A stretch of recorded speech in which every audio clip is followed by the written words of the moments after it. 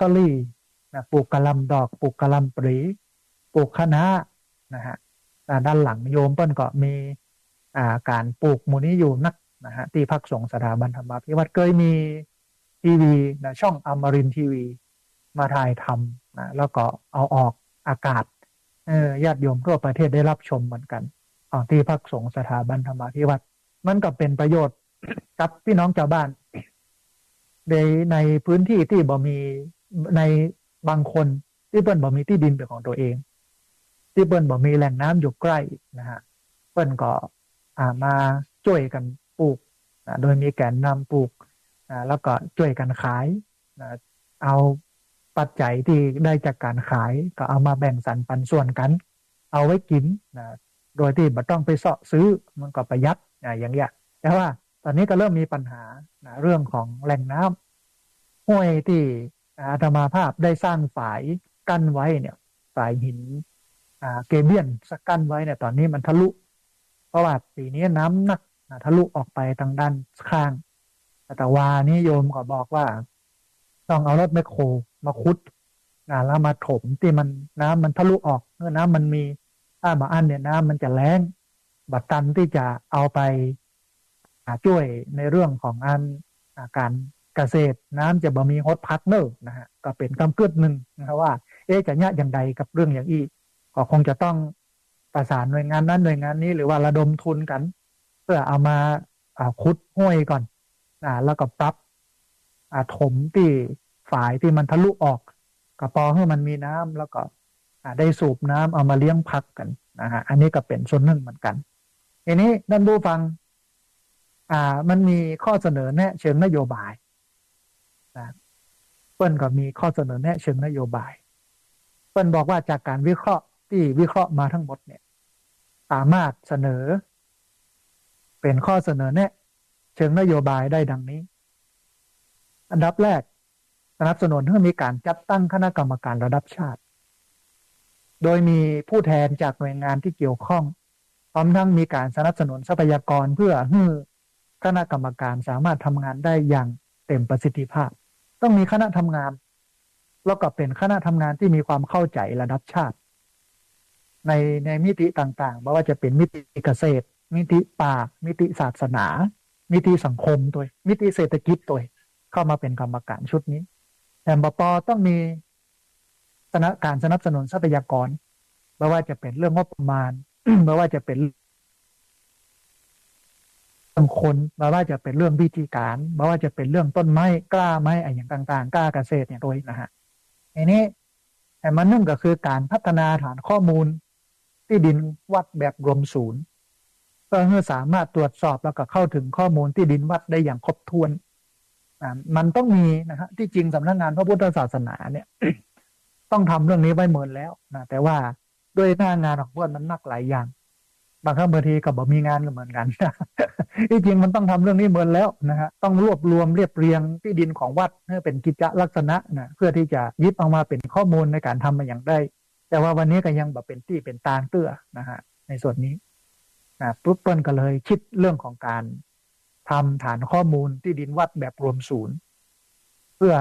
สามารถตรวจสอบแล้วก็เข้าถึงข้อมูลที่ดินวัดได้อย่างครบถ้วนนะฮะแอมอันหนึ่ง คือการ ขอให้ท่านผู้ฟังคือการพัฒนาที่ดินวัดตามแนวทางพัฒนาอย่างยั่งยืนโดยเน้นโครงการเกษตรอินทรีย์แล้วก็เศรษฐกิจพอเพียงเป็นแนวหลักในการจัดการพื้นที่วันนี้เข้ากับศูนย์ของอาตมาภาพศูนย์เรียนรู้ธรรมวิถีสถาบันธรรมาภิวัตน์ที่ปลูกพักฮักไม้กันอยู่นะปัจจุบันวันนี้นะฮะง่ายต่อการจะทำเรื่องนี้ได้เลยนะแล้วก็มีเรื่องของการสนับสนุนโครงการเผยแพร่พระพุทธศาสนาและการท่องเที่ยวเชิงพุทธเพื่อเพิ่มรายได้แล้วก็การสร้างความยั่งยืนทางเศรษฐกิจแก่พื้นที่วัดนะฮะท่านผู้ฟังการจัดตั้งคณะกรรมการระดับชาติแก้ปัญหาที่ดินวัดแล้วก็การพัฒนาที่ดินวัดสู่ความยั่งยืนถือเป็นแนวทางสำคัญที่บ่เพียงแต่จะช่วยให้การแก้ไขปัญหาที่ดินวัดที่มันซับซ้อนมันง่ายขึ้นแต่ยังเป็นการส่งเสริมการใช้ทรัพยากรธรรมชาติอย่างมีประสิทธิภาพ แล้วก็สอดคล้องกับหลักการพัฒนาที่ยั่งยืนเปิ้นบอกว่าการบูรณาการแนวทางดังกล่าวกับนโยบายเศรษฐกิจพอเพียงและการพัฒนาชุมชนอย่างยั่งยืนเนี่ยสามารถช่วยสร้างประโยชน์ให้แก่สังคมแล้วก็พุทธศาสนาในประเทศได้นะอันนี้ก็เป็นนโยบายที่ดีที่รัฐบาลชุดนี้ โดยรัฐมนตรีประจำสำนักนายกรัฐมนตรีคุณเฉลิมคุณชูศักดิ์สิรินินแล้วก็รัฐมนตรีว่าการกระทรวงทรัพยากรธรรมชาติและสิ่งแวดล้อมคุณโยมเฉลิมชัยศรีอ่อนแล้วก็สำนักงานพระพุทธศาสนา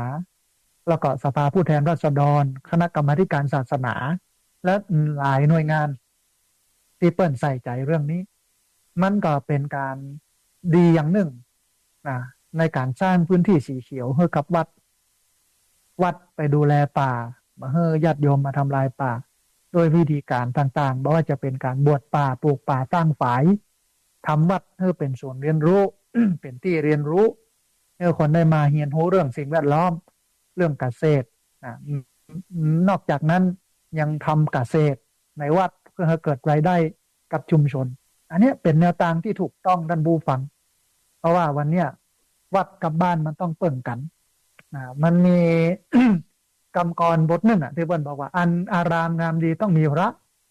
หากโยมละส่งข้าวก็เศร้าหมองเจ้าไม่เห็นเพนกับหายไม่มามอง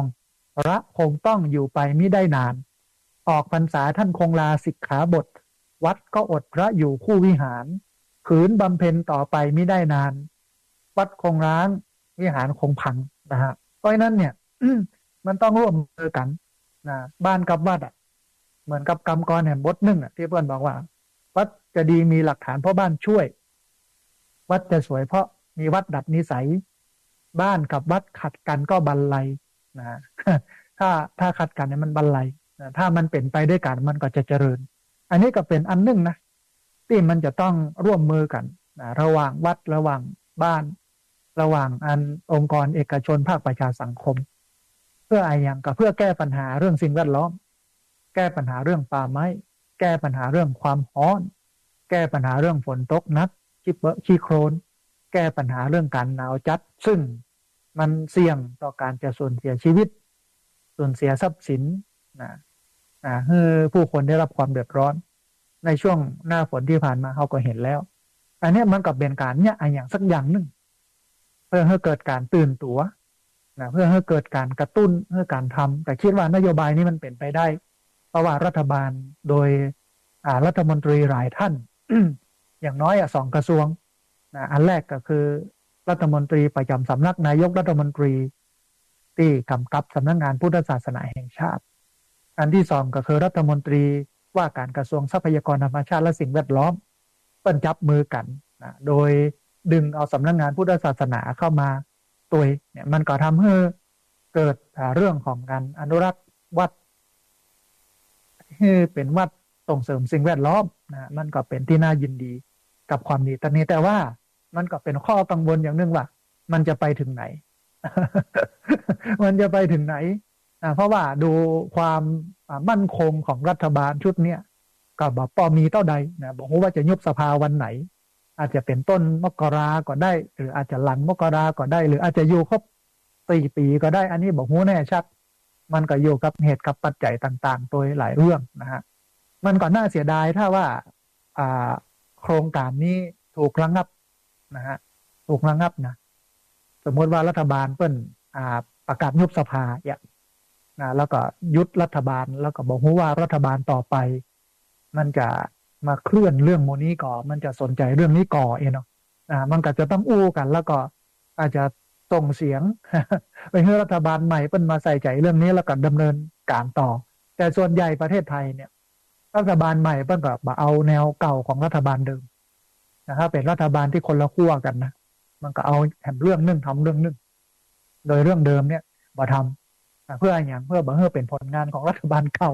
อันนี้มันก็เป็นปัญหาอันหนึ่งก็ต้องลุ้นกันนะท่านผู้ฟังว่ามันจะไปตึกไหนถึงไหนเพียงใดเนาะเอาละท่านผู้ฟังขณะนี้ท่านผู้ฟังกำลังติดตามรับฟังรายการธรรมาภิวัตน์อันเป็นรายการวิทยุเพื่อการเผยแผ่พระพุทธศาสนา ส่งเสริมการศึกษาและพัฒนาสังคมรายการนี้รับผิดชอบโดยอาตมาภาพระสาธิตธีระปัญโยผู้อำนวยการสถาบันธรรมาภิวัตรสถาบันเพื่อเผยแผ่พระพุทธศาสนาส่งเสริมการศึกษาและพัฒนาสังคมตั้งอยู่ณที่พักสงฆ์สถาบันธรรมาภิวัตรบ้านศพเตินตำบลศพปาดอำเภอแม่เมาะจังหวัดลำปางรายการนี้ออกอากาศทุกวันอังคารตั้งแต่เวลาตี 5ไปจนถึง7 โมงไม่เจ้าผ่านทางสถานีวิทยุในเครือข่ายสถานีวิทยุคลื่นสีขาวเพื่อชาวประชาซึ่งมีอยู่หลายคลื่นหลายสถานีหลายจังหวัดออกอากาศผ่านทาง Facebook ไลฟ์ซึ่งเป็นไลฟ์สดของสถานีวิทยุวัดไฝหินโดยการอนุเคราะห์ของท่านอาจารย์พระครูสมุวิศวัตรวรกิจโจ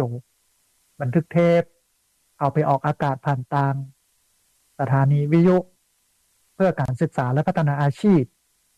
Radio Network FM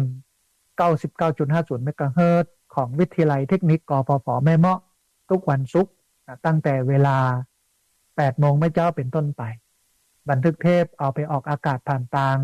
เพจของสถาบันธรรมาภิวัตรซึ่งช่องทางสุดท้ายตั้งหลังนี้ก็คือเพจของสถาบันธรรมาภิวัตรท่านผู้ฟังสามารถไปติดตามรับฟังย้อนหลังไปก๊อปปี้ลิงก์ไปคัดลอกลิงก์ส่งแชร์เอาไปให้กับญาติธรรมทั้งหลายได้ยินได้ฟังกันได้แถมตัวนะฮะก่อนที่จะเปิดสายให้ท่านผู้ฟังที่ฟังอยู่ทางบ้านจะได้โทรเข้ามาร่วมบูร่วมเอ่ยกันจะได้โทรเข้ามาร่วมแสดงความคิดความเห็นกันตลอดจนถึงโทรเข้ามาแจ้งสถานการณ์อากาศว่าเป็นจะได้ไปมาฟังที่ไหนฝนตกที่ไหนหนาวแล้วที่ไหนร้อนอย่างใดนะฮะเช็คสัญญาณกันตัวว่าชัดบ่ชัดอย่างใดเนี่ยก็เอาบุญท่านผู้ฟังมาให้ท่านผู้ฟังได้ร่วมอนุโมทนาแล้วก็ได้ร่วมทำกันแถมนะฮะคือในวันที่31 ธันวาคมพุทธศักราช2567ถึงวันที่1 มกราคมพุทธศักราช2568ที่จะถึงนี้นะฮะสถาบันธรรมาภิวัตรร่วมกับที่พักสงฆ์สถาบันธรรมาภิวัตรแล้วก็โรงเรียนผู้สูงอายุตำบลศพปาดขอเจริญพรเชิญทุกท่านร่วมสวดมนต์แล้วก็ปฏิบัติธรรมเนื่องในโอกาสส่งท้ายปีเก่าต้อนรับปีใหม่2567ถึง2568อันณที่พักสงฆ์สถาบันธรรมาภิวัตรบ้านศพเตินตำบลศพปาดอำเภอแม่เมาะจังหวัดลำปางในวันที่31 ธันวาคม2567กิจกรรมเริ่มตั้งแต่เวลา9 โมงขออภัย1 ทุ่มเป็นต้นไป19 นาฬิกาไปจนถึง21 นาฬิกาคือ3 ทุ่มเป็นอันจบอาจจะเลยไปสักน้อยนึงนะฮะท่านไหนที่จะพักที่วัดก็ได้เพราะว่ามีที่พักเยอะนะฮะไม่ต้องห่วงมีหมอนมีผ้าห่มมีที่นอนเรียบร้อยนะฮะในวันที่1 มกราคม2567เนี่ยทำบุญตักบาตรต้อนรับปีใหม่เวลา8 โมงถึง9 โมงไม่เจ้านะฮะอันนี้ก็เป็นส่วนหนึ่งที่อาจจะเจริญพรท่านผู้ฟังได้มาร่วมบุญกันมี2 เรื่องนะที่อยากจะบอกบุญท่านผู้ฟังก็คือรางวัลที่เอามาแจกกับญาติโยมที่มาร่วมปฏิบัติธรรมปีนี้เน้นวิทยุทรานซิสเตอร์ เป็นหลักเพราะว่าต้องการให้โยมได้ฟังวิทยุของทุกเจ้านะฮะเน้นหลักเลยเอาวิทยุมาแจกทรานซิสเตอร์มาแจกญาติโยมที่มาปฏิบัติศีลมาปฏิบัติธรรมกันบอกว่าจะได้กี่เครื่องอย่างใดก็ขึ้นอยู่กับญาติโยมช่วยกันระดมทุนคนละเล็กละน้อยเนาะ มาแจกวิทยุให้กับพี่น้องแม่เมาะพี่น้องลำปางได้รับฟังรายการธรรมะนะเป็นธรรมทานเนาะนะฮะแล้วก็แห่งบุญหนึ่งก็คืออาหารและน้ำปันนะเป็นข้าวต้มนะฮะเมื่อคืนนั้นพร้อมกับน้ำเต้าหู้นะฮะหรือว่าเป็นอันอื่นๆก็เดียวก็ดูกันกำนึงแต่คือเอาไว้รับประทานกันเพราะว่ามันหนาวเมื่อค่ำเมื่อคืนในการปฏิบัติธรรมในการสวดมนต์มีการกินข้าวแห่น้อยนึงมีการดื่มน้ำปานะแห่น้อยนึงแล้วก็น้ำปานะตอนเช้าเข้าตอนเช้าของวันที่1โดยอันนี้ก็เป็น2 ส่วนที่อยากจะเชิญชวนท่านผู้ฟังมาร่วมทำกันนะฮะท่านผู้ฟังสามารถร่วมสนับสนุนกิจกรรมสร้างสรรค์สังคมอันเป็นมหากุศลนี้เนี่ยได้ที่บัญชีของสถาบันธรรมาภิวัตร เป็นบัญชีเงินฝากของสถาบันธรรมาภิวัตน์ธนาคารกรุงไทยหมายเลขบัญชี5360755318เป็นบัญชีของสถาบันธรรมาภิวัตน์ธนาคารกรุงไทยหมายเลขบัญชี536077700007นะฮะอันนี้ก็เป็นข่าวบุญหนึ่งที่มาให้ท่านผู้ฟังได้ร่วมกันอนุโมทนาตอนนี้ได้เวลาเปิดสายให้ท่านผู้ฟังที่ฟังอยู่ทางบ้านแล้วเรียนเชิญเจริญพรท่านผู้ฟังที่เบอร์064 125 4122โทรเข้ามาท่านผู้ฟังที่เบอร์064 125 4122เรียนเชิญเจริญพรได้โทรเข้ามาร่วมเอ่ยกันได้โทรเข้ามาร่วมแสดงกับขึ้นความเห็นกันตะกี้มีสายแรกเข้ามาครับคณะที่จัดรายการต้นรายการโยมแม่เป็นโทรเข้ามาบอกว่าช่วงท้ายรายการเนี่ยคนโทรเข้ามาหลายบอกให้ตันก็เลยโทรเข้ามาเหี่ยก่อนเนาะพอดีมีสายเข้ามาสายหนึ่งเดี๋ยวครับสายนี้ก่อนเพิ่นจะว่าจะได้พ้องเจริญพรสาธุโอ้สาธุเป็นสายแรกเลยโยมแม่วันนี้นอนมารับเจ้าแทนเจ้าเป็นอย่างผู้ไข้วันเดียวนี่อยู่โรงพยาบาลใต้คุณอ๋อเดี๋ยวจะพาใจเกียนะแต่เดี๋ยวจะไปเยี่ยมเพิ่นเนาะแม่เนาะเป็นเจ้าเป็นไข้อย่างกับผู้คนว่าไข้สายพันธุ์ใหม่จ้ะอ๋อไข้ใหม่ไข้สายพันธุ์ใหม่มันนะคือนั่นอากาศตะวันที่แกอยู่บ้านกระตุ้นพอดีขึ้นก็เอาไปน้ำไม้กะว่าล้อสภาพสรุปก็ไปดูจับคนแล้วใครทำงานเป็นออกบ้านใน4-5ใจหนานี้กระลุกให้กับเจ้าเนี่ยกับประวันของรถไปตรงเป็นน้ำไม้ที่จะเอาไปนั่นเพราะว่าลุงเก่าได้ทำงานอยู่ในเวียงค่ะเอาไปตรงขึ้นไปแล้วครับตอนนี้อยู่โรงพยาบาลแล้วเนาะแม่เนาะอ๋ออย่างใดก็ต้องรักษาสุขภาพเพราะว่ามันเริ่มเย็นเริ่มหนาวนะส่วนใหญ่วัดไข้ก็จะเป็นกันช่วงนี้แม่วันนั้นเจ้าว่าจะไปหารถไปแล้วก็เจ้าเลยโอนจะตังไม่เหรอมาเป็นอย่างแม่เดี๋ยวก็มาร่วมบุญกันวันหลังเนาะแม่เนาะอย่างใดก็รักษาสุขภาพแล้วก็ให้โยมป้อหายเร็วๆเนอะแม่เนอะเจ้าตาจะดีมันว่าคือเอารวมอันก็โอนไปซื้อเจ้าก็โอนไปเงินนาทีว่าตอนเด็กทำบุญวันกฐินนะเจ้าจำได้โยมแม่จำได้รวบรวมตะขั้นแล้วได้แม่ได้เจ้าของบ่อันนี้ก็เป็นบุญนั่งเป็นจัดดีทำวันนี้นั่นแหละได้รับแล้วแม่ต้องอนุโมทนาบุญกับแม่แล้วก็คณะจัดหนักเนอะแม่เนอะของหายเร็วๆแน่ค่ะบุญกรรมบุญจูแม่สาธุเนอะแม่เนอะสาธุนะแม่บุญนักจากบ้านนาแจ้อำเภอแม่เมาะจังหวัดลำปางติดตามรับฟังตอนนี้สามีเป็นป่วยนอนโรงพยาบาลเป็นไข้หวัดนะฮะต้องขอให้นายโยมป้อได้หายเร็วๆแล้วก็ญาติโยมดูแลสุขภาพกันตัวพอดีมีสายเข้ามาเดี๋ยวสายหนึ่งเดี๋ยวครับสายนี้ก่อนเปิ้ลจะว่าจะได้พ้องเจริญพรคุณโยมลีวิทยุน้อยหนึ่งเนอะ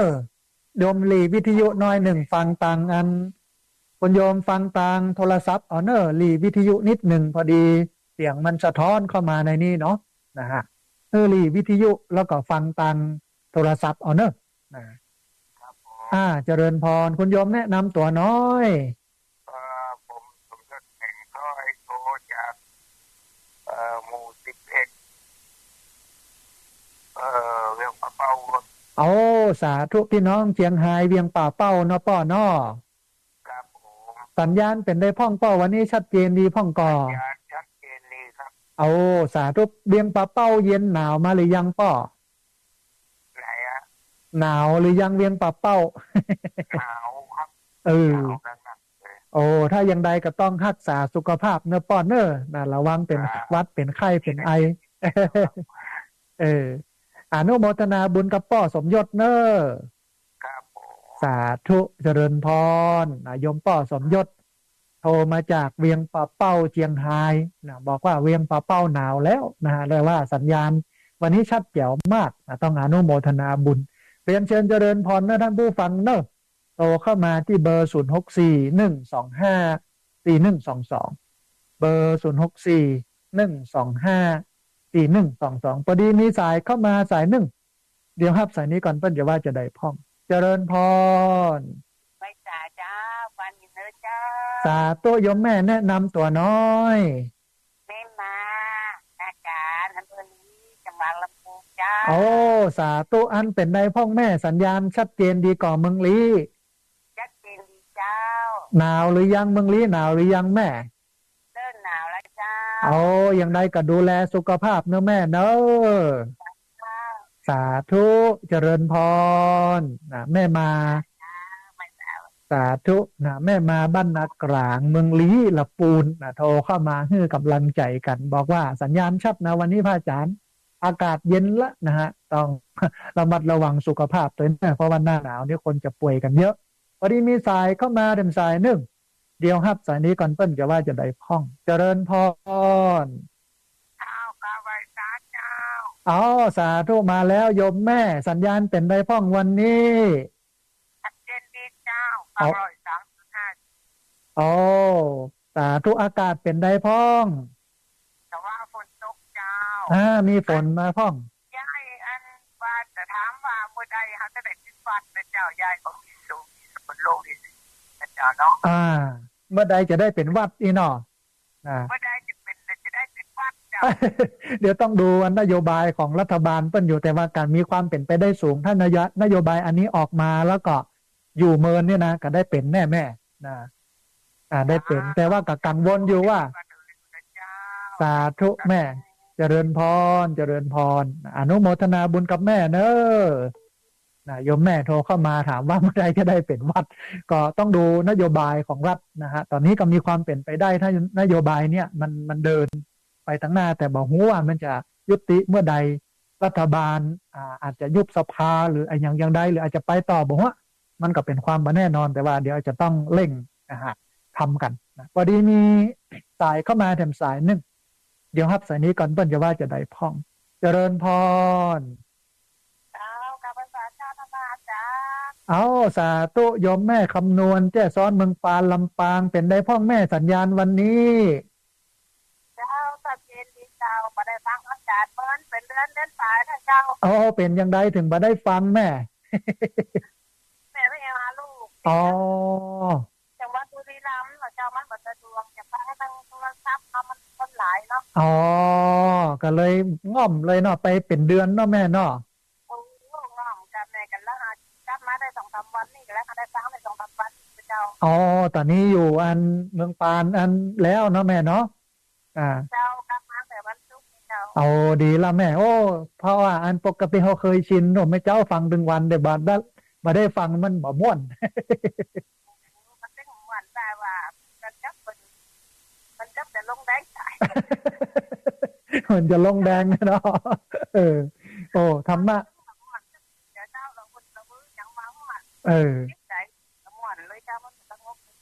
เดี๋ยวนับแต่นี้ต่อไปก็จะจุ่มจะเย็นแล้วเพราะว่าอยู่กับวิทยุถึงวันละแม่เนาะอนุโมอนุโมทนาบุญกับแม่คำนวณจัดนักเนอสาญาติโยมดังแม่หม้อได้จะอบอุ่นกันนับเนาะได้อยู่กับวัดกับวานะเจ้าใกล้วัดใกล้วาใกล้ศาสนามากินมาทานกันตลอดเนี่ยต้องอนุโมทนาบุญกับพี่น้องแม่หม้อแล้วก็ญาติโยมทั่วไปเนอที่มากันเนาะใกล้ๆจะไม่ดูเต็มบริเวณในลำพังแบบสดไปเดี๋ยวมันไก่นะแม่เนาะไก่เราพันกิโลต่อเนาะแม่ทรงใจมาแม่อนุโมทนาบุญร่วมกันโยมแม่สาธุแม่เจริญพรแม่คำนวณแจ้ซ้อนเมืองปานลำปางแฟนไปจำหลายวันบ่ได้มาบ่ได้ฟังเพราะว่าเพิ่นไปหาลูกที่บุรีรัมย์นะฮะก็เลยบอกว่าจะลงแดงแล้วนะเนี่ยนะติดอย่างเนี่ยบดีที่สุดเท่าติดธรรมะถ้าเราอยู่กับศีลการทำเนี่ยเอาทำเป็นที่ตั้งเนี่ยมันตึงจุ่มอกเย็นใจนะใครจะว่าจะได้กระจ้างเตอะนะฮะพอดีมีสายเข้ามาเดิมสายหนึ่งเดี๋ยวครับสายนี้ก่อนเปิ้ลจะว่าจะได้พ้องเจริญพรกับอาจารย์นะท่านพระอาจารย์เจ้าแม่ทุกแก้ ศิลพรสิทธิ์บ้านโฮงละปุนเนอะติดตามท่านพระอาจารย์เสมอ5 โมงเข้ารายการนะเด้อเจ้าโอ้อนุโมทนาบุญจัดนักสัญญาณเป็นได้พ่องแม่แนะยำสัญญาณน้อยเป็นดีเด้อขึ้น98.75ว่าน้อยต้องซักนะเจ้าโอ้ชัดเจนไปเลยเด้อท่านพระอาจารย์เจ้าสาธุอนุโมทนาบุญกับแม่แล้วกับพี่น้องที่อยู่ตังปุ้นที่ติดตามรับฟังกันเนอะแม่เนอะต้องใส่จ้อยทั้งใส่บ้านโฮงนี่นะป้นฟองกันนะคะทุกหลังคาเด้อท่านพระอาจารย์เจ้าเอาอนุโมทนาบุญแต่กับพี่น้องบ้านโฮงนะครับจังหวัดละปูนเนาะแม่เนาะฟังทุกวันอังคารรับฟังทุกโสนทุกองค์เด้อเจ้าเด้อสาธุแม่อนุโมทนาบุญเนอะแม่เนอะเจ้ากับมอยสาละมาสาสาธุเด้อเจ้าเด้อสาธุเจริญพรโยมแม่จากบ้านศรีลาพรศรีเตี้ยบ้านโฮงละปูนเปิ้นบอกว่าสายตังปุ้นเนี่ยฟังกันนักกันหลายเน้อพระอาจารย์เปิ้นบ่โทรบ่ได้เปิ้นเป็นพลังเงียบเปิ้นฟังแล้วก็ม่วนแล้วก็ได้ประโยชน์กับการได้ฟังต้องอนุโมทนาบุญตัวกับพี่น้องบ้านศรีลาพรศรีเตี้ยแล้วก็แถวนั้นบ้านโฮงละปูนตัวเน้อพอดีมีสายเข้ามาแถมสายหนึ่งเดี๋ยวครับสายนี้ก่อนเปิ้นจะว่าจะได้พ่องเจริญพรสาธุโยมแม่แนะนำตัวน้อย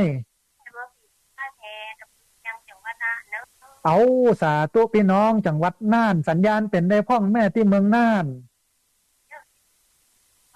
บ่ค่อยชัดเลยแม่แหละแต่ปอฟังได้อยู่เนาะแม่เนาะปอฟังได้อยู่เนาะแม่เนาะเอาอนุโมทนาบุญกับโยมแม่จัดนักที่โทรเข้ามาให้กำลังใจกันเนอะสาธุเจริญพรพี่น้องอำเภอภูเพียงจังหวัดน่านโทรเข้ามาให้กำลังใจกันต้องอนุโมทนาบุญแต่ว่าสัญญาณตังเมืองน่านบอกค่อยชัดเนอะนะฮะแต่ว่าตังเชียงใหม่ตังละปูนตังเชียงรายนี่ชัดดีมันก็อาจจะเป็นเพราะว่าอากาศตัวอาจจะเป็นเพราะคลื่นตัวนู่นนี่นั่นตัวนักอยู่นะฮะวันนี้มีสายเข้ามาแถมสายหนึ่งเดียวครับสายนี้ก่อนเปิ้ลจะว่าจะได้พ่องเจริญพร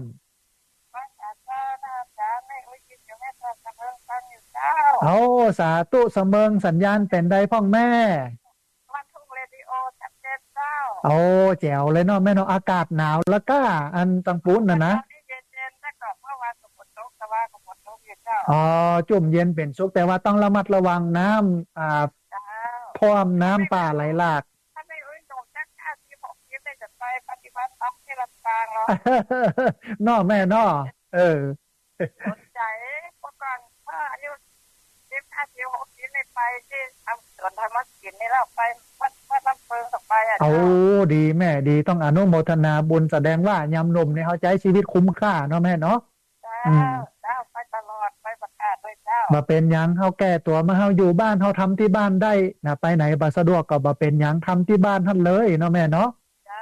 8 ปีแล้วมันคิดเป็นมหอนะท่านธรรมดากับความอายุมากแล้วก็มีโรคมีภัยเนาะแม่เนาะอย่างใดก็รักษาสุขภาพเนาะแม่เนาะสาธุแม่เจริญพรแม่อุ้ยอินจากสำเมิงเชียงใหม่โอเข้ามาให้กำลังใจกันบอกว่าสำเมิงหนาวแล้วนะฮะฝนตกด้วยนะ2 วันก่อนพี่น้องสำเมิงต้องระมัดระวังน้ำป่าไหลหลากเนอะนะฮะดินโคลนถล่มนะเพราะว่าช่วงนี้พายุเข้านะฮะพอดีมีสายเข้ามาแถมสายหนึ่งเดี๋ยวครับสายนี้ก่อนเปิ้ลจะว่าจะได้พ่องเจริญพรอาจารย์นี่มาสายทองแท้ครั้งแรกที่มาได้นะมาเดียวสาธุแม่สายทองบ้านห้วยการละปูนเนาะแม่เนาะเป็นได้พ่องละปูนอัน97.5นะฟังเจ้าสาธุเป็นดีม่วนดีงานอากาศก็เย็นแล้วเนาะแม่เนาะเป็นวันห้วยการเริ่มหนาวแล้วเนอะ2 วันเลยเจ้าสาธุเดี๋ยวมีเวลาจะแวะไปอยู่นะแม่ไปได้ปัจจัยก็ยังขึ้นเดินเนอะแม่ปอนนะพ่อดมนะเจ้าได้แม่ได้เดี๋ยวมีเวลาจะแวะไปแอวเนอะแม่เนอะป้าทำบุญไว้เจ้าขออนุญาตแล้วมันตึ้งหัวเสียหายจะได้สบายต้องเชิงไปหน้าทำบุญกันเจ้าเราเจ้าข้าผ่านาเอาเต้กันได้ขั้นต้น นะตาข้าเงินทอง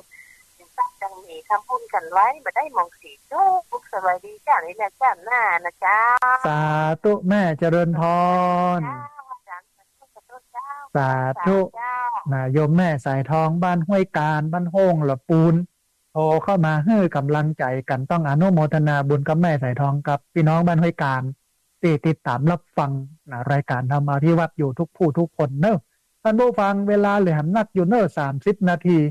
ที่เบอร์0641254122เบอร์0641254122พอดีมีสายก็มาสายหนึ่งเดี๋ยวครับสายนี้ก่อนเพื่อจะว่าจะได้พ่องเจริญพรนมัสการครับอาจารย์เอาสาธุลุงคำบ้านห้วยการบ้านโฮงหลับปูนสัญญาณชัดเจนดีนอครับห้วยการกันเลยบ้านห้วยการเหมือนกันกับแม่สายทองอันอากาศเป็นได้พ่องลุงคำคนที่ประหยัดตัวอาจารย์พยายามด้วยหนึ่งว่ามันยากว่าคนฟังกันนักยมป่อว่าคนฟังรักแต่คนรับแบบนี้แม่นอันเปิ้นบอกว่าต้องอาศัยความพยายามน้อยนึงเนาะมันก็เป็นลูกค้าสายแรกเข้าไปหรอก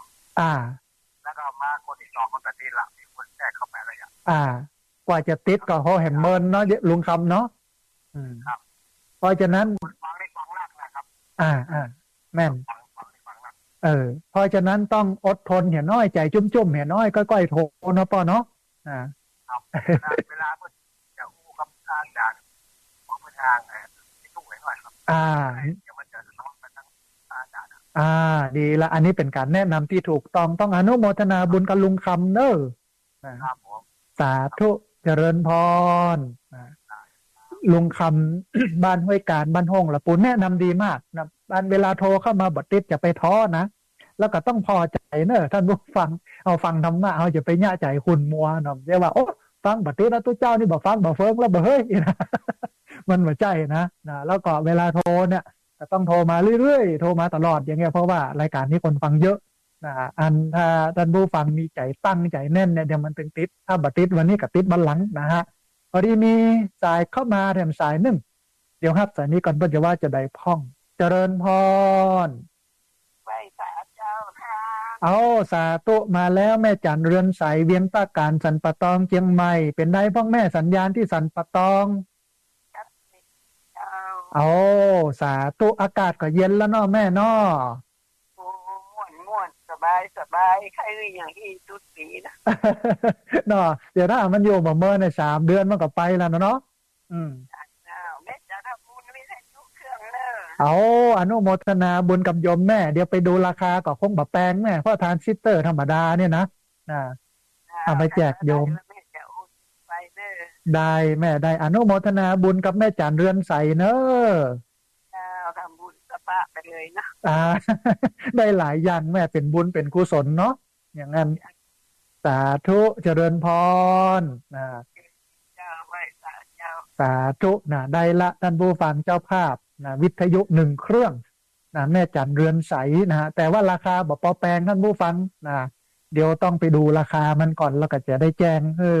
กับญาติโยมได้รับทราบก็จะได้ร่วมบุญกันก็เอาสัก4-5 คนเครื่องหนึ่งก็ได้รวมกันหมู่จุ้มพร้อมกันมาสัก10 เครื่องก็พอนะฮะหรือ20 เครื่องก็ได้เดี๋ยวต้องดูกำเนื่องว่าจะได้มอกใดนะฮะพอดีมีสายเข้ามาสายหนึ่งเดี๋ยวครับสายนี้ก่อนเพิ่นจะว่าจะได้พ่องเจริญพรไม่สาถ้ามาหาเจ้าเอาสาธุแม่ม่อมเนาะเจ้าฟังเด้อเป็นใดพ่อแม่สัญญาณชัดเจนดีพ่องก่อแม่โอ้ชัดเจนดีวันเนี้ยเราปะกอยหนาวหรือยังหนาวฝนก็ตกแต่ว่าฝนตกบ้านแม่ก็นักขนาดอันต้องระมัดระวังเรื่องน้ำนะแม่เนอะเพราะว่าอุตุนิยมวิทยาเป็นประกาศระมัดระวังกันเนาะแม่เนาะมันสูงมาท่วมกันเนาะอันกับอันก็ปลอดภัยอันก็ปลอดภัยหายห่วงเนาะแม่เนาะสาธุอนุโมทนาบุญกับแม่เนอะสาธุแม่ม่อมบ้านเราปะก๋อยนะฮะ โทรเข้ามานะบอกกล่าวให้กำลังใจกันแต่ว่าอากาศที่เราป่าก๋อยเนี่ยฝนตกมา2 วันแล้วนะฮะก็เย็นดีนะฮะพี่น้องเราป่าก๋อยต้องเจริญพรนะพี่น้องเนอะท่านผู้ฟังเวลาเหลือแหมประมาณ30 กว่านาทีน้อยนะฮะเรียนเชิญเจริญพรที่เบอร์064 125 4122เบอร์064 125 4122พอดีมีสายเข้ามาสายหนึ่ง เดี๋ยวครับสายนี้ก่อนปัจจุบันจะได้พ้องเจริญพรอาภาษาทักทายจากเจ้าสาธุโยมแม่เจริญพรแม่พี่กูเลยจำได้รับปากเจ้าจำได้โยมแม่ เป็นได้พ่องแม่สัญญาณสาธุสัญญาณชัดเจนดีเนาะแม่เนาะชัดเจนดีเจ้าโอ้อนุโมทนากับแม่สีกุลตันทุระเนอะแม่เนอะเจ้าสาธุหนาวนะหนาวเย็นช่อยเอาผ้าห่มผ้าตุ้มเอาหมวกเอาถุงเท้ามาใส่จะได้ป้องกันสุขภาพเนอะแม่เนอะเจ้ามันจะรู้จะเป็นวะมาได้ต้องกินน้ำอุ่นตัวแม่ต้องกินน้ำอุ่นไปเนอะนะเจ้าสาธุเนอะแม่เนอะสาธุเจริญพรนะแม่สีกุลตันโทระลำปางนะฮะเพิ่นบอกว่าหนาวนะสิจะเป็นหวัดนะเพราะฉะนั้นท่านผู้ฟังช่วงเนี้ยหวัดก็เริ่มมาละนะเพราะฉะนั้นต้องดูแลสุขภาพให้มันอุ่นเสมอร่างกายให้อุ่นเสมอกินน้ำอุ่นนะเมื่อวันเนี่ยนะที่จริงการกินน้ำมันสำคัญบางคนกินน้ำเย็นตลอดบ่ดีนะแต่มันต้องกินน้ำอุณหภูมิปกติอาตมาภาพนี่บ่ฉันน้ำเย็นบ่ฉันน้ำแข็งเป็นบางเตื้อต้องอ่านตีสมมติเรามีน้ำหวานเนี่ยเฮลบูบอยน้อยหนึ่งก็ฉันอยู่แต่ที่เหลือนอกนั้นจะบ่ฉันเลยจะกินน้ำอุ่นปริมาณเป็นห้องว่าอุณหภูมิปกติอากาศมันจะดีต่อสุขภาพท่านผู้ฟังพอดีมีสายเข้ามาแถมสายหนึ่งเดี๋ยวครับสายนี้ก่อนเปิ้ลจะว่าจะได้พ้องเจริญพรสาธุโยมแม่แนะนำตัวน้อยอยู่ตังใดโยมแม่อ๋อสาธุนะอยู่บ้านนากวมเหนือเนาะแม่เนาะสัญญาณชัดเจนเนาะแม่เนาะ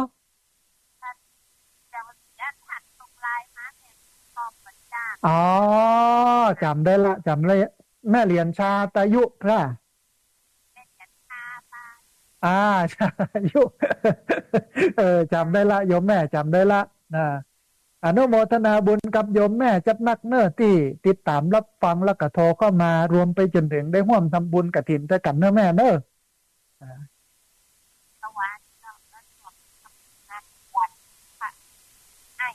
อ๋อสาธุต้องอนุโมทนาบุญกันกินกันตานหอมไปตามกำลังเนาะแม่เนาะนะอ๋อดีละแม่ดีละอนุโมทนาบุญกับโยมแม่จัดนักเน้อ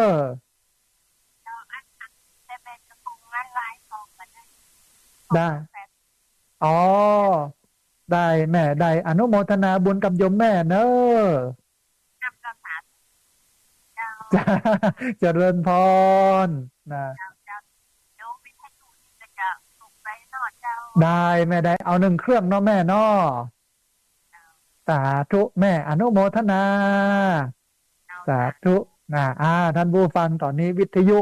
ทรานซิสเตอร์นะซึ่งจะเอามาแจกญาติโยมใน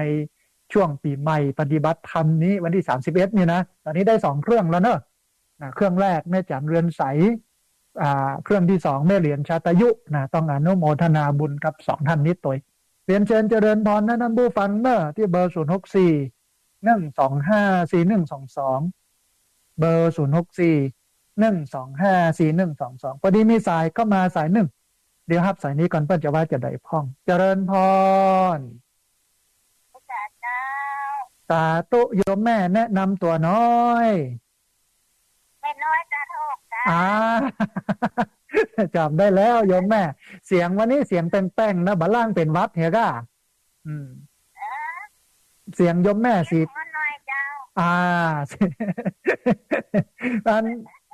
สัญญาณชัดเจนเนาะแม่เนาะเจ้าชัดเจนดีเจ้า เอาอนุโมทนาบุญกับแม่น้อยบ้านตาดโฮกตำบลทุ่งฝายอำเภอเมืองลำปางเนอะแม่เนอะเจ้าแม่เป็นกำลังใจเนอะหลายพันนะแม่ไปโทรหานั่นแหละกะว่าหายไปตั้งใดนะไปจังไดจ้าเนี่ยมันก็บัดนั้นหมดเวลาอ๋อเปิ้นโทรกันเข้ามานักกันเข้ามาหลายเนาะแม่เนาะนะใช่ครับเดี๋ยวเวลาทานจะหมดเวลาเป็นอย่างจับเวลาเวลาอัน2 ชั่วโมงเนี่ยอย่ามาปอแล้วกันเนี่ย แม่ไม่โทรกัน มาเป็นอย่างแม่วันนี้โทรแล้วได้อู้แล้วเป็นบุญเป็นกุศลชื่นใจแล้วแม่เนาะอืม แม่จะโมทนาด้วยเนอะพ่อแม่ได้ไปบ่เป็นอย่างแม่ยกมือท่วมหัวอนุโมทนาบุญร่วมตัวกันได้บุญตัวกันแม่นะสาธุเนอะแม่ก็เย็นอยู่แม่ตอนนี้ใส่เสื้อกันหนาวใส่หมวกอยู่เดี๋ยวนี้ เย็นมันจะได้อันบ่เป็นไข้เป็นหวัดแม่ก็ดูแลสุขภาพเนอะสาสาธุแม่เจริญพร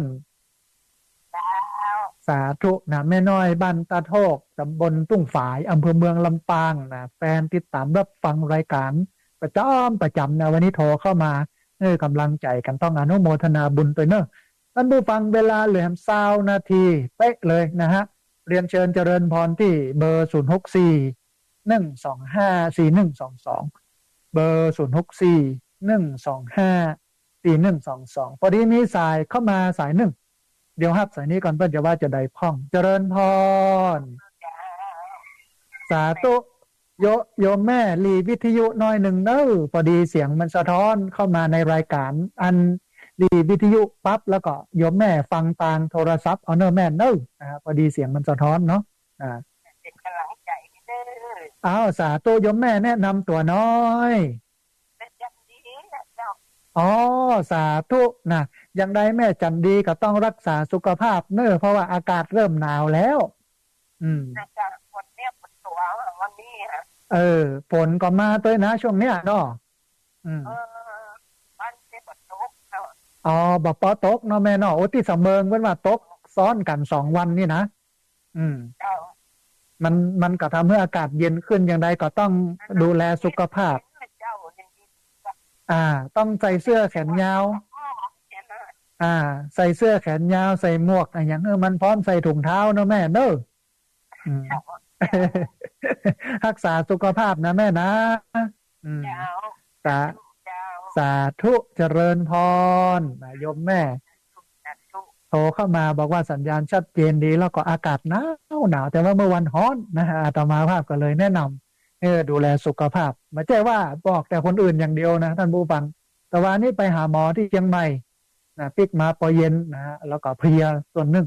อากาศก็เริ่มเย็นก็เลยส่งน้ำเจ้าเสร็จแล้วก็เอาผ้าเสื้อแขนยาวของสีตุ้เจ้าเนี่ยนำมาใส่เอาหมวกมาซุบนะฮะแล้วก็ตุ้มผ้าเหี่ยก็พอรักษาสุขภาพได้เพราะว่าหูตัวว่าวันพรุ่งนี้ต้องจัดรายการให้กับท่านผู้ฟังกระเตือนกันตั้งแต่ตี 4นะท่านผู้ฟังล้างหน้าล้างตาเข้าห้องน้ำชงกาแฟอย่างมันนั่งดูข้อมูลตี 5ก็เริ่มจนถึง7 โมงเดี๋ยวหลังจาก7 โมงไปก็มีงานต่อแถมนะทำอันนี้เป็นพระที่บ่ได้อยู่บ่ได้นะ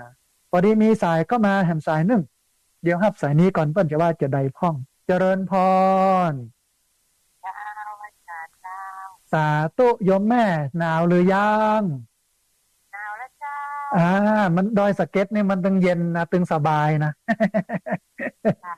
แต่ป้ากับแม่ทำจากไปเมื่อที่3แล้วเนอ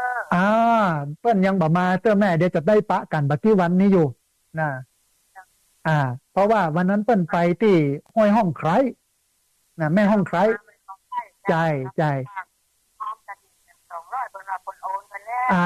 โอนมาละแม่โอนมาละได้ฮับละนะส่วนกาแฟเดี๋ยวเปิ้นต้องเอามาฮื้อทีหลังอนุโมทนาบุญได้เดี๋ยวจะต้องไปทวงนะได้แม่ได้น้ำปูนี่ไปใส่อันยำนอรู้จัดเบิงเนาะตำน้ำพริกน้ำปูก็ได้อนุโมทนาบุญกับแม่เนอะสาธุเจริญพรโยมแม่จากดอยสะเก็ดเทพเสด็จนะฮะเปิ้นปลูกกาแฟนะเปิ้น สิ่งแวดล้อมมันดีให้มันเย็นตอนนั้นน้ำมันก็ดีตัวแล้วก็อากาศเย็นสบายตลอดปีต้องอนุโมทนาบุญกับโยมแม่ตัวท่านผู้ฟังเวลาเลยหันประมาณ10 กว่านาทีนะฮะเรียนเชิญเจริญพรที่เบอร์0641254122เบอร์0641254122พอดีมีสายเข้ามาสายหนึ่งเดี๋ยวครับสายนี้ก่อนเปิ้ลจะว่าจะได้พ้องเจริญพรไปศาลเจ้าทางพระครูแม่บัวลอยบ้านทุกก็ตำบลจัดก็อำเภอแม่สวยเจ้าสาธุพี่น้องเจียงไฮ้แม่สวยวันนี้สัญญาณเป็นไรพ่องแม่เจ้าโอ้หนาวหรือยังแม่สวยแม่เอาอากาศหนาวน้อยๆแล้วเจ้าเอายังใดก็ดูแลสุขภาพเนอะแม่เนอะใส่เสื้อแขนยาวป้องกันบางทีมันเย็นเนอะแม่นี่พาปิดนั่งโตกอย่างก็เป็นว่าตอนลงมาเซแบบตัวขนาดนะยิ่งหนาวนี่ต้องดูแลเป็นพิเศษเนอะแม่เนอะเจ้าไปหาหมอทุกครั้งเจ้ายัน3 เดือนตลอดเจ้าสาธุจะได้กับเฮือบุญกรรมบุญจูเนอะแม่เนอะฟังตลอดเจ้าทุกวันอังคารได้ความรู้ได้ความเข้าใจอย่างนี้ทุกเจ้าอาจารย์สาธุแม่อนุโมทนาบุญที่ติดตามรับฟังกันแล้วก็โทรเข้ามาให้กำลังใจกันเนอะแม่เนอะเอาตื่นมาก็เปิดฟังแล้ววันอังคารเปิดมาวันละ1เจ้าอนุโมทนาบุญโดยทุกงานเลยเจ้าสาธุแม่เจริญพรสาธุนะโยมแม่จากแม่สวยเชียงไฮ้นะโทรเข้ามาให้กำลังใจกันโยมแม่เป็นฮืบหอบนะก็ต้องดูแลสุขภาพเพื่อดีบ่ให้มันเย็นล้ำไปนะฮะช่วงเนี้ยคนป่วยกันเยอะเพราะว่ามันเข้าหนาวแล้วหน้าหนาวเนี่ยคนป่วยจะเยอะเป็นไข้หวัดไข้โน้นไข้นี้แล้วก็บอกว่าโควิด-19เนี่ยมันจะปิกมันก็เพราะว่ามันระบาดในช่วง2 ปีก่อนนักนะมากเลยนะฮะบอกว่าปีนี้จะเป็นอย่างไรต้องพอคอยสถานการณ์พอดีมีสายเข้ามาแถมสายหนึ่งเดี๋ยวครับสายนี้ก่อนเพื่อจะว่าจะได้พ้องเจริญพรสาธุโยมแม่จากอำเภอวังเหนือจังหวัดลำปางสัญญาณวังเหนือเป็นได้พ้องแม่ชัดเจนดีก่อชัดเจนดีจ้าหนาวหรือยังวังเหนือแม่หนาวพอแล้วพอเย็นเนาะยังได้กับหนาวอยู่แม่ที่แม่เหมาะเนี่ยตอนนี้ใส่เสื้อแขนยาวอยู่นะเดี๋ยวเนี้ยยังได้กับรักษาสุขภาพนะแม่เนอะสาธุสาธุแม่เจริญพรสาธุจ้าโยมแม่จากอำเภอวังเหนือจังหวัดลำปางโทรเข้ามาให้กำลังใจกันนะฮะต้องดูแลสุขภาพเพราะว่าช่วงนี้คนจะป่วยเยอะหน้าหนาวนี่ปัญหาสำหรับผู้สูงอายุเนี่ยก็คือป่วยโดยเฉพาะโรคไข้หวัดโรคอื่นๆตัวแล้วหลังจากนี้ไปเนี่ยสิ่งที่เราจะต้องเจอก็คือเรื่องของการหมอกควันไฟป่าท่านผู้ฟังที่จริงโครงการวัดกับสิ่งแวดล้อมเนี่ยแต่สำคัญทีเดียวถ้าเราจัดการดีๆนะมันสามารถป้องกันเรื่องของหมอกควันไฟป่าได้ดีด้วยแต่ถ้าแบบเนี้ยมาป้องกันบังคับเคลื่อนอย่างสักอย่างนึงปล่อยให้มันเป็นอย่างอี้เนี่ยนะฮะหมอกควันไฟป่าก็จะเยอะวิกฤตมากเลยทีเดียวนะอันนี้ก็เป็นข้อดีของรัฐบาลชุดนี้ที่เปิ้นใส่ใจกับเรื่องวัดแล้วเรื่องป่าพอดีมีสายเข้ามาแถมสายหนึ่งเดี๋ยวครับสายนี้ก่อนเพื่อจะว่าจะได้พ้องเจริญพรสาธุโยมแม่สาธุหายไปเมินนะโยมแม่เนอะ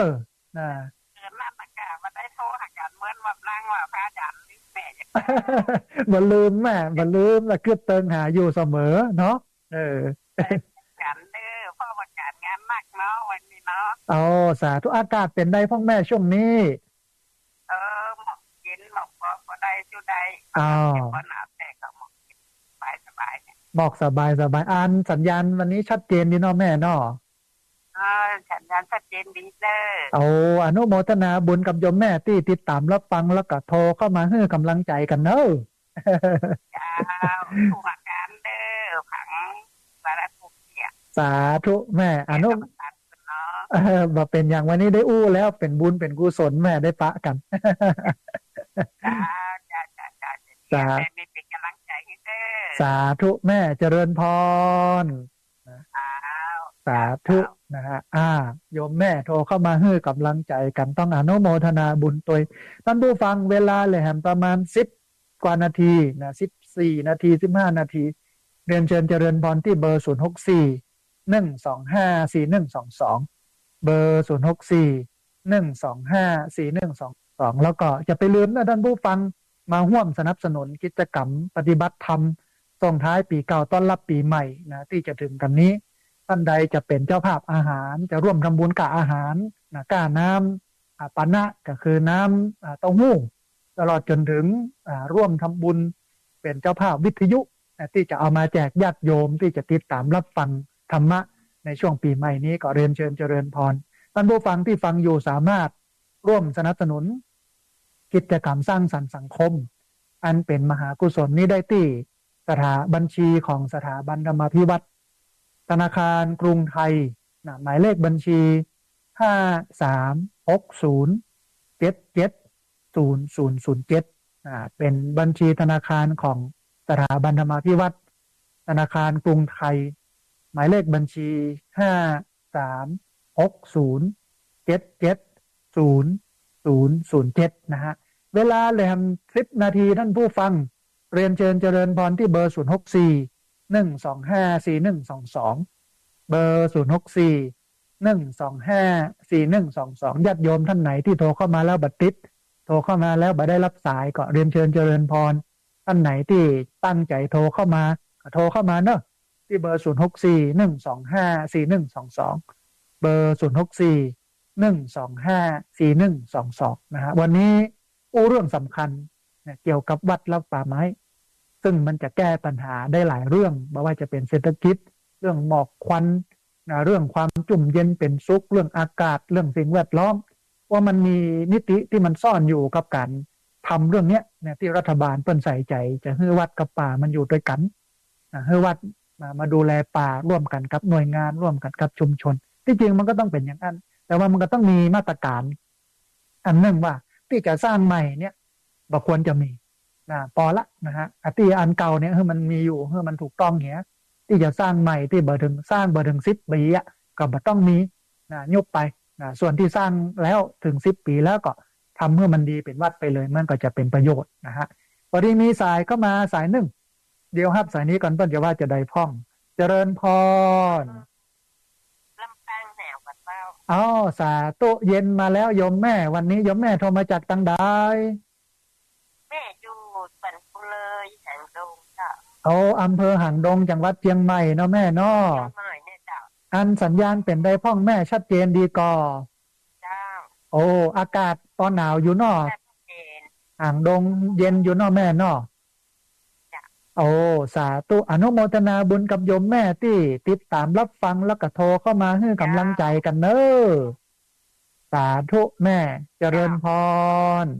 โยมแม่อันจากอำเภอหางดงจังหวัดเชียงใหม่โทรเข้ามาให้กำลังใจกันต้องอนุโมทนาบุญตัวเหลือเวลาแห่งประมาณ7 นาทีเรียนเชิญเจริญพรที่เบอร์0641254122เบอร์0641254122พอดีมีสายก็มาสายหนึ่งเดี๋ยวครับสายนี้มันเปิ้ลจะว่าจะได้พ่องเจริญพร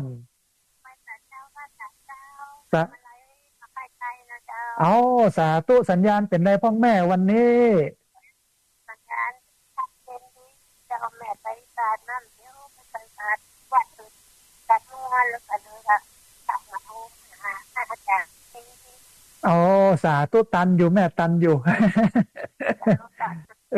โทรไปส่งเดียวติดหนักมาเลยอาจารย์กำลังบรรยายอยู่ในกระหอส่งตัวเลยบ่เป็นยังแม่แต่อนุโมทนาบุญกับแม่จัดหนักเนอะแม่ฟังธรรมะสบายใจมาสานชื่นอกเย็นใจเนาะแม่เนาะ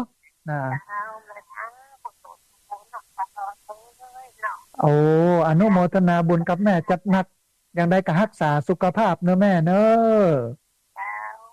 แม่ก็รักษาสุขภาพไปจะกินอย่างน้ำมาสานเนาะแม่นละทำบุญไว้เตอะมันบ่เสียหลายจักได้สบายต่อไปหน้าแม่สาธุแม่อนุโมทนาสาธุโยมแม่โท โทรเข้ามาจากบ้านปากไคร้ใต้นะบอกว่าตะกี้ฟังอยู่นะแล้วก็ไปใส่บาตรไปเสาะของว่าของกินตอนนี้กลับมาโทรแหมกำนึงต้องอนุโมทนาเวลาเลยแหมประมาณ6 นาทีท่านผู้ฟังเรียนเชิญเจริญพรที่เบอร์0641254122เบอร์0641254122พอดีมีสายเข้ามาสายหนึ่งเดี๋ยวครับสายนี้ก่อนเพิ่นจะว่าจะได้พ่องเจริญพรเจ้าค่ะอาจารย์อ๋อสาธุแม่เทียนแก้วหนองยางเจ้าหนองยางบ้านละลูจะเจ้าจำได้แม่จำได้เป็นได้พ่องแม่สัญญาณวันนี้เจ้าค่ะอาจารย์ชัดเจนดีเจ้าสายมาว่าเลยไปเอาเรื่องที่เจ้าละต้องขออภัยโยมแม่เพราะเพิ่นโทรกันมานักมาหลายเจ้าเอาสถานนะเจ้าค่ะอาจารย์เนาะดีละที่เพิ่นฟังกันนักกันหลายบุญกุศลความรู้ความเข้าใจในศาสนาก็จะได้กระจายออกไปเนาะแม่เนาะนะเจ้าเจ้ายกแม่ฮันวัฒนะคดีพระอาจารย์มาอ่านเจ้าเจ้าอ๋ออันที่โยมแม่ร่วมทำบุญมาเนาะแม่เนาะเจ้าเจ้าเบบ่าอาจารย์ประธานจะไม่ได้อ่านเพราะว่าวันนี้เวลามีน้อยนะรอบต่อไปก่อนโยมแม่ใช่มันได้เจ้าพระอาจารย์ทำประธานจะไม่ได้พอสิวัฒนาเป็นเรื่องของเจ้าประธานจะเป็นได้เจ้าอาจารย์อ๋อสาธุแม่อนุโมทนาบุญกับโยมแม่เนอที่ร่วมทำบุญกันเนอนะเจ้าอาจารย์นะสาธุเนี่ยฟังจะน่าจะหลายเจ้าอาจารย์เอาอนุโมทนาบุญกับญาติโยมก็ต้องรักษาสุขภาพเนอะแม่เนอะ